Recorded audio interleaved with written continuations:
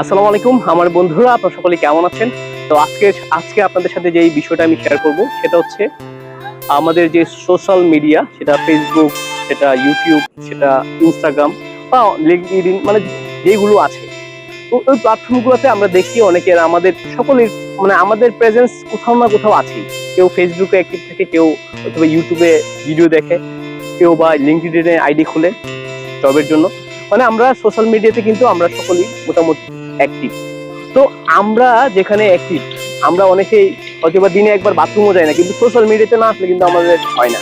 মানে এটা আমাদের জন্য অনেক বেশি এখন প্রয়োজনীয় হয়ে গেছে। তো আমরা যখন এখানে আসব, আমরা চেষ্টা করব যাতে আমাদের যেই কন্টেন্ট গুলো আমাদের সমাজের জন্য, যেটা কিছু ভাইবস রয়েছে, ওইগুলোকে আপনারা প্রাধান্য দিবেন।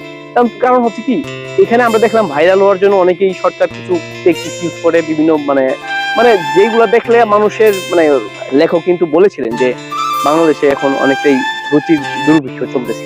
তো আপনারা আর একটু রুচিশীল হবেন এবং রুচিশীল কন্টেন্ট গুলোকে প্রায়োরিটি দিবেন। আসসালামু আলাইকুম।